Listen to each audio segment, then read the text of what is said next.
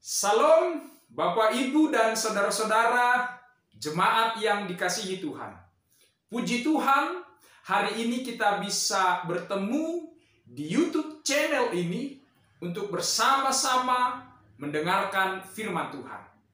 Oleh sebab itu, sebelum kita mendengarkan kebenaran firman Tuhan, mari kita satukan hati, kita bersatu di dalam doa.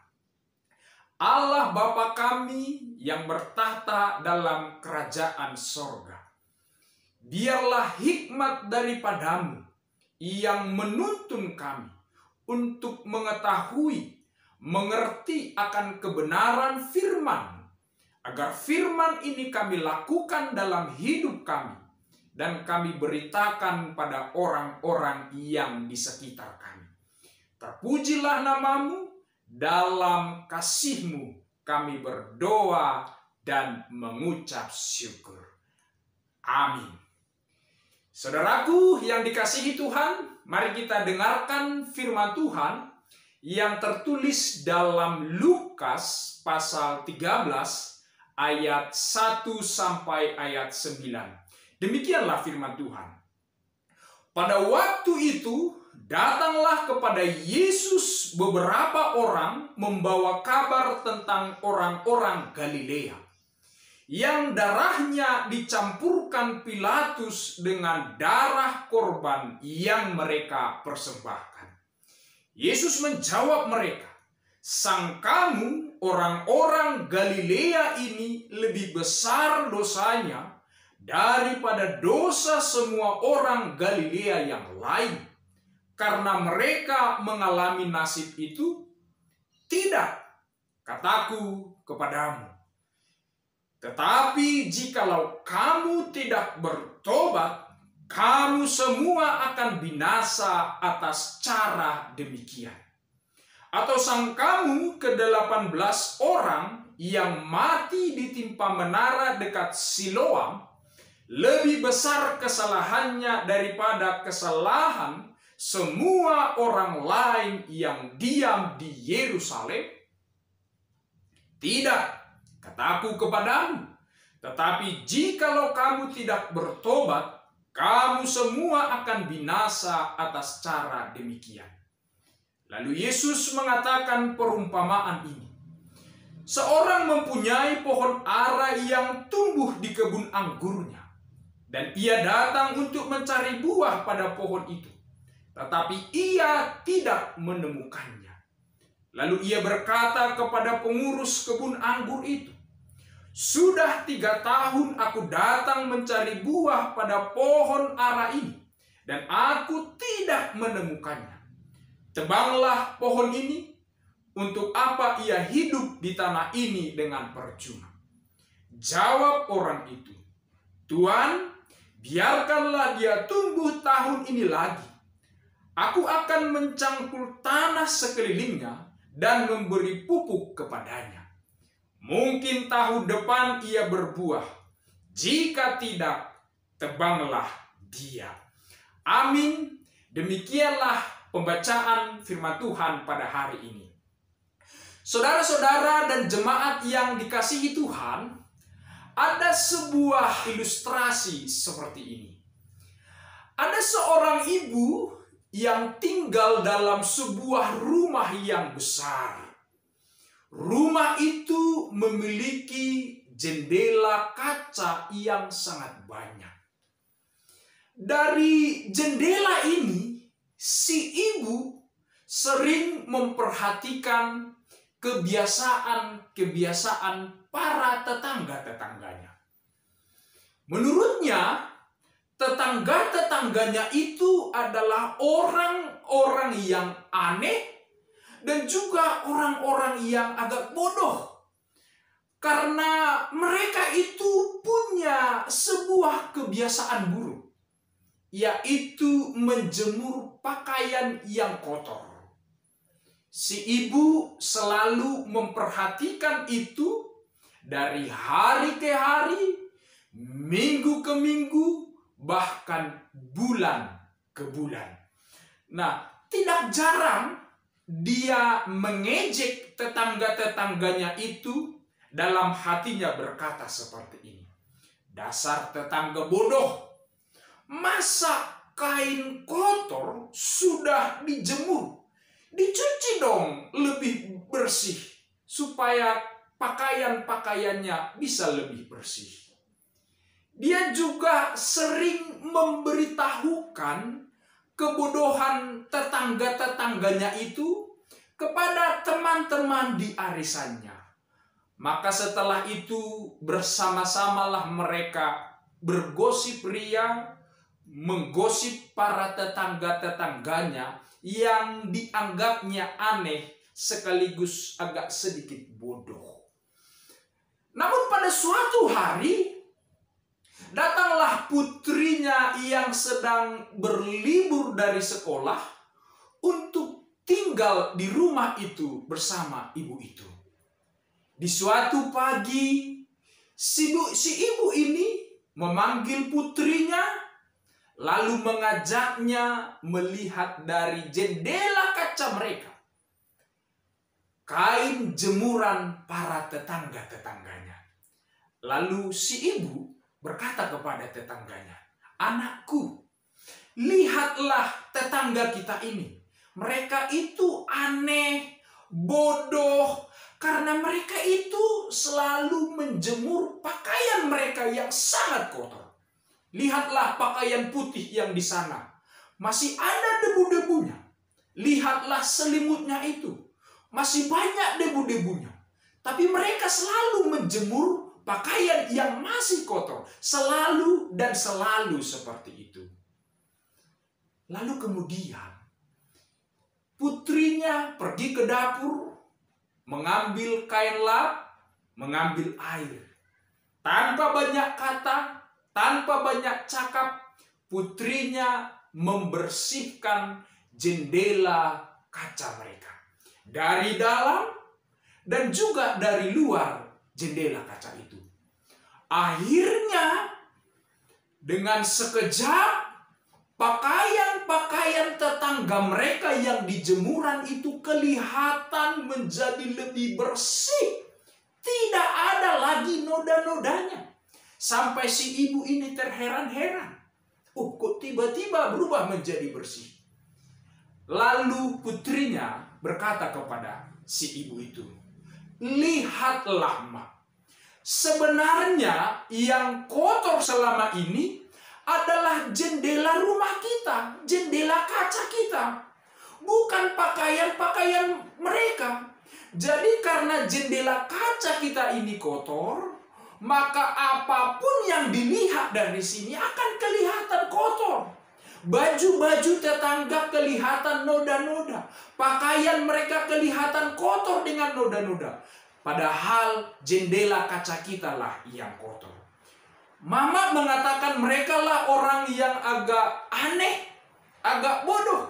Padahal sebenarnya bukan mereka yang aneh, bukan mereka yang bodoh, tapi kitalah yang aneh, kitalah yang kurang pintar karena tidak membersihkan jendela kaca kita." Pada akhirnya si ibu minta maaf kepada putrinya. Saudara-saudara yang dikasihi Tuhan, yang mau saya katakan adalah sering sekali dalam hidup kita ini terjadi seperti itu. Kita menuduh orang lain, kita berprasangka orang lain yang jahat, orang lain yang sombong, yang tinggi hati, yang tidak peduli, yang munafik, yang paling berdosa. Tapi kita tidak menyadari bahwa kadang-kadang kitalah yang paling buruk dari segala yang kita tuduhkan pada orang lain. Inilah yang terjadi di tengah-tengah kehidupan dunia pada saat ini. Sering sekali ada menghakimi sesamanya, menilai sesamanya. Padahal sesungguhnya dirinya lah yang lebih buruk daripada orang yang lain. Nah, oleh sebab itu saudara-saudara yang dikasihi Tuhan, kalau kita kembali ke firman Tuhan hari ini, ternyata pada saat itu juga masih banyak orang yang berpikir seperti itu.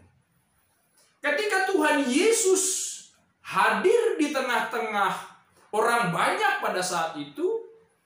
Kemudian beberapa orang datang kepada Yesus menceritakan tentang kematian orang-orang Galilea yang darahnya dicampur dengan darah korban mereka oleh Pilatus. Memang tidak disebutkan siapa mereka dan apa motivasi mereka mengatakan cerita tentang kematian orang-orang Galilea itu. Dan kita juga melihat Yesus juga menambahkan satu cerita lagi. Yesus juga mengatakan kepada mereka tentang kematian 18 orang yang ditimpa oleh menara di dekat Siloam. Nah, apa sebenarnya inti dari dua cerita itu yang mereka ceritakan dan Yesus katakan kepada mereka? Sebenarnya bagi orang-orang yang hidup pada saat itu, kematian seperti itu dipahami karena mereka itu memiliki dosa-dosa dan kesalahan yang besar sekali.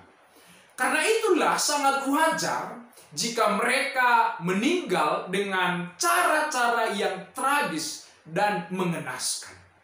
Itulah pandangan umum yang terjadi pada saat itu. Tetapi yang menarik adalah jawaban Yesus Kristus. Yesus tidak berbicara tentang konten dari kedua peristiwa itu. Tetapi sebelumnya, Yesus menjawab pola pikir atau pandangan orang-orang banyak yang datang pada saat itu.